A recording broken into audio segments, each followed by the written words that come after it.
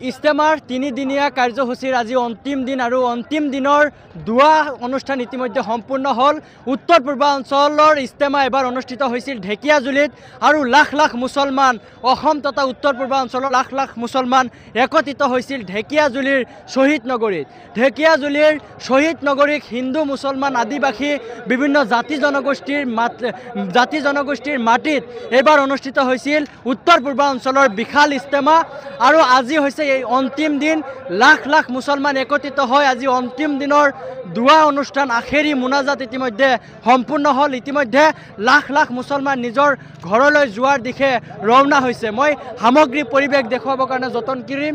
এয়া হৈছে মূল পৰিৱেশ য'ত লাখ লাখ মুছলমান একত্ৰিত হৈছিল ঢেকিয়াজুলিৰ শ্বহীদ নগৰীৰ ঢেকিয়াজুলিত আৰু হিন্দু মুছলমান আদিবাসী বিভিন্ন জাতি জনগোষ্ঠীৰ মাটিত এইবাৰ অনুষ্ঠিত হৈছিল উত্তৰ পূৰ্বাঞ্চলৰ সৰ্ববৃহৎ ইস্তেমা।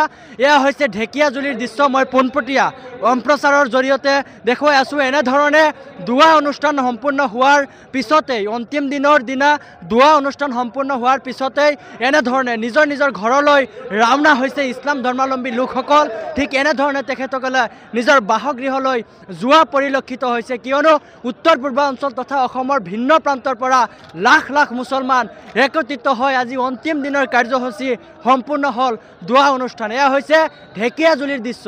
এইবাৰ অনুষ্ঠিত হৈছিল উত্তৰ পূৰ্বাঞ্চলৰ ইস্তেমা ঢেকিয়াজুলি। তেনেধৰণে লাখ লাখ মুছলমান ঢেকিয়াজুলি এৰি নিজৰ ঘৰলৈ গৈ আছে ইস্তেমাৰ অন্তিম দিনৰ দুৱা অনুষ্ঠান সম্পূৰ্ণ কৰি। মই দেখুৱাই আছোঁ সম্পূৰ্ণ পৰিৱেশ। এয়া হৈছে ঢেকিয়াজুলিৰ পোনপটীয়া সম্প্ৰচাৰ। আপোনালোকক মাতৃভূমি নিউজ চেনেলৰ দৰ্শকসকলক দেখুৱাই আছোঁ। এয়া হৈছে ঢেকিয়াজুলিৰ দৃশ্য য'ত লাখ লাখ মুছলমানে আজি একত্ৰিত হৈ নামাজ আদায় কৰিলে, আল্লাহৰ তাত দুৱা বিচাৰিলে, ভাতৃত্ববোধ মিলা প্ৰীতিৰ এনাজৰীডালৰ বিষয়ে তেখেতসকলে বিচাৰিলে যে সংস্কাৰ আৰু সমাজখনক কেনেকৈ কুসংস্কাৰৰ পৰা মুক্ত কৰিব পাৰি। এনেধৰণৰ প্ৰতিক্ৰিয়া আমাৰ মাজত আছে, আমি প্ৰতিক্ৰিয়া আপোনালোকক অৱগত কৰিম। চাই থাকক আজিৰ এই বিশেষ প্ৰতিবেদন আৰু অন্তিম দিনৰ দুৱা অনুষ্ঠান। অনুভৱ খুব সুন্দৰ, ভাল বেয়াৰ মাজতে আছে। মনটো দুখো লাগে, বহুত দিন কাম কৰাৰ পিছত আজি গুচি যাব ইস্তেমা। যি নহওক আল্লাহ লাখ লাখ শুক্ৰিয়া, আজি লাখ লাখ মানুহ হৈছে, প্ৰায় 30 লক্ষাধিক লোক হৈছে বুলি আমাৰ ধাৰণা হৈছে। মানুহ আহি আছে, গৈ আছে। তো যি নহওক আমাৰ এটাই কথা যে ইস্তেমা কিহৰ কাৰণে হয়। ইস্তেমাত কিছুমান মানুহৰ প্ৰশ্ন থাকে। ইস্তেমা ইছলাম ধৰ্মৰ এনেকুৱা এটা বস্তু য'ত ভাল বিদ্যা শিকোৱা হয়, য'ত কুসংস্কাৰৰ পৰা দূৰত থাকিবলৈ শিকোৱা হয়, য'ত সমাজ গঢ়াৰ কাৰণে শিকোৱা হয়, য'ত প্ৰেম ভাতৃত্ববোধ শিকোৱা হয়, য'ত আল্লাহৰ বাণী শিকোৱা হয়, য'ত নবীজীৰ বাণী শিকোৱা হয়। আপোনালোকে জানে ইছলাম এনেকুৱা এটা ধৰ্ম য'ত নামাজ ৰোজা হজ জাকাত আৰু কলিমাৰ ওপৰত প্ৰতিষ্ঠিত এটা ইছলাম ধৰ্ম, আৰু তাত বেলেগ একো নাই। গতিকে আমি এইবোৰ সকলোৱে শুনিছোঁ, জানিছোঁ, আমি জানো। গতিকে আমি এতিয়া এটাই কাম কৰিব লাগে, এই ইস্তেমাৰ পৰা গৈ আমি সকলোৱে আমি ভাল কাম কৰিব লাগে, নামাজ পঢ়িব লাগে, ৰোজা ৰাখিব লাগে।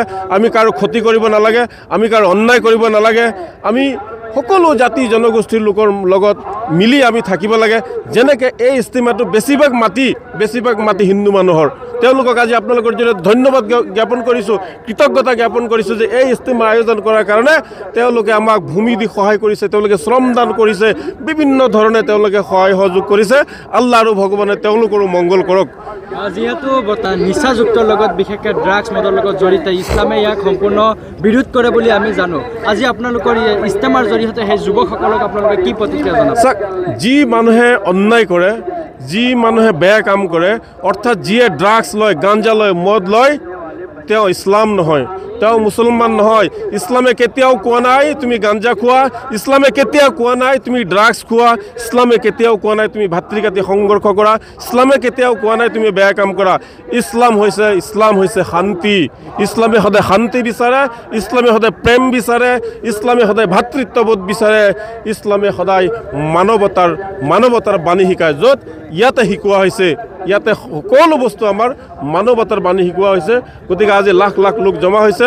আমি আশা কৰিছোঁ যে ইয়াৰ পৰা তেওঁলোকে যিসকল মূল্যৱান বাণী শিকিছে, এই বাণীবোৰ লৈ যাব আৰু তেওঁলোকে পালন কৰিব।